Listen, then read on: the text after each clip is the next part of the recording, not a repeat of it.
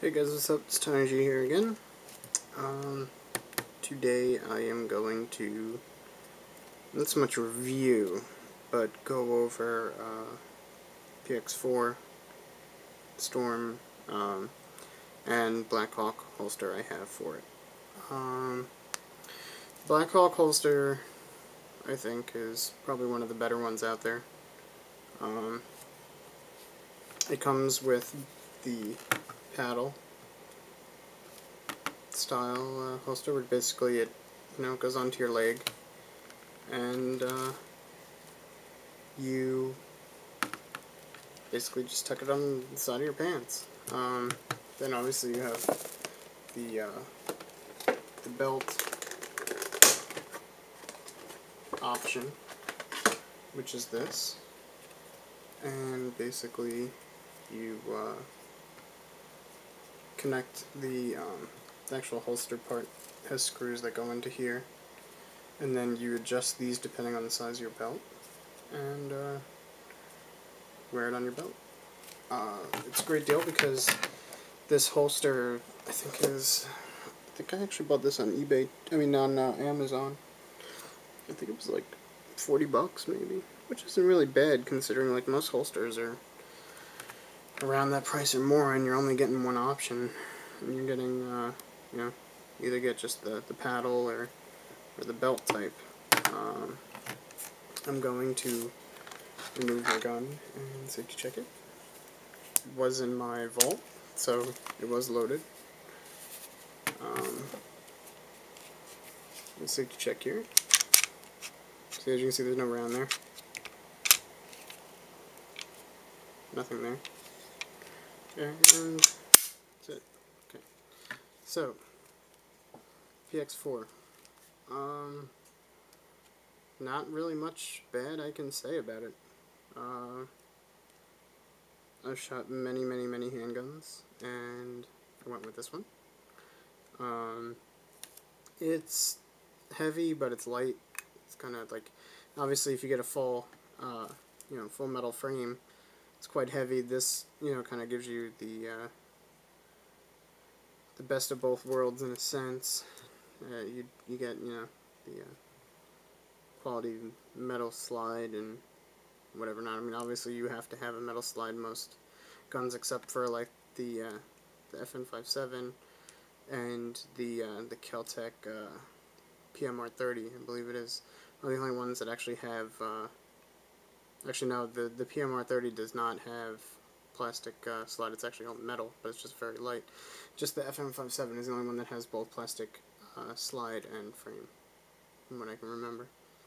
On this I put the Hogue. I think it's called like Fiddle or something. I remember. Basically, it's a universal grip by Hogue. It makes a good bit of a difference on this handgun. It feels good to me, and it actually helped with my accuracy and such at the range. And I've put maybe 350, 400 rounds through it already. I actually have to clean it. I haven't cleaned it since I was at the range. And yeah, it's a good gun overall. Haven't had any issues. And yeah, it's awesome. Takedown's very simple as well. I'm sure you guys have seen it in other videos as well. It's just these two little pins here. You just pull down, slide comes out.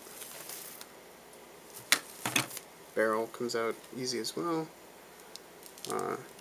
Simply push in a little bit. You get your plastic guide rod and spring assembly and whatnot out. Then you have your rotating barrel. The barrel is a pain to get out sometimes. You have to like just twist it a little bit and then it will come out.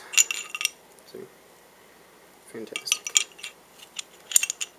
Then what you do is you make sure you have that in the center, like so, and you put everything back together.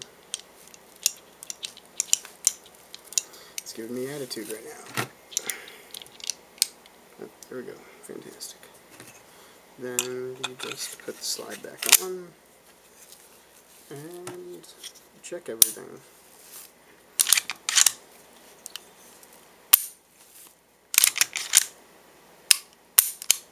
And that's it. The only issue I've had with my PX4 is that the sights are garbage, and they're not even the ones where you can charge them up with light. They don't even work that way. They're just strictly for the range. The guy that put the sights in was off a little bit, and I'm going to have to fix it because the front sight is to the right a little bit, and whenever I shoot, I have to shoot a little bit to the left in order to get where I want to go. But that is not a issue of the gun itself. That's the issue of the guy that put the sights on it. And other than that, the gun is awesome. I have no complaints about the gun itself other than that sight issue. And it's a great gun. Also, it has the ability to change out the back straps. I put on the smallest one just because it fit my hand better. It's good though that you have that option. It's a pain in the butt to change though. There is the, you can see the little metal pin there. Basically you pull it out and then you can slide out that back strap and put in whatever one you want. That's about it. Had no issues with the gun. No failed to fires, failed to ejects. I did have one issue with a round going into the barrel, but I think it was the ammo. I don't think it had anything to actually do with the gun. And other than that, the gun is awesome. I do have a SIG 229 E2 on the way, and I will be doing a review on that one as well. And I think that is about it for this video here.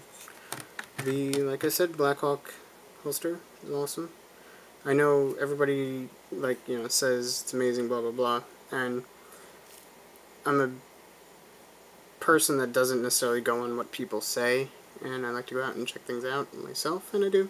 And sure enough, everybody was right on this one. The Blackhawk holster is actually very good. If you do competition shooting, may want a different holster. Depends on your style, what you do, blah, blah, blah. But for me, it worked, no problem. One thing I want to go over, though, is in the holster, I didn't remember who it was, but somebody was saying that, having the button here, it's like, as you pull the gun out, you're going to grab the trigger and shoot. Absolutely not. I mean, if you just put the pressure here to hold the button down, as it comes out, you're not even touching the trigger. You know what I'm saying? I mean, your hand basically falls into the proper position for acquisition of target. You know what I mean? You don't have your finger on the trigger. I guess if you were in a high stress moment, you might be pushing too hard, get scared, and just grab the trigger, but I don't really see anybody doing that. I think the way that the trigger works is excellent. Pulling the gun in and out is very good. There's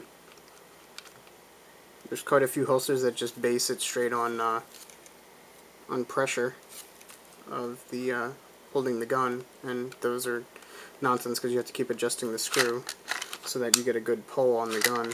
But this is probably the best system, I think. Alright guys, that's it for me, and catch y'all later. Energy out.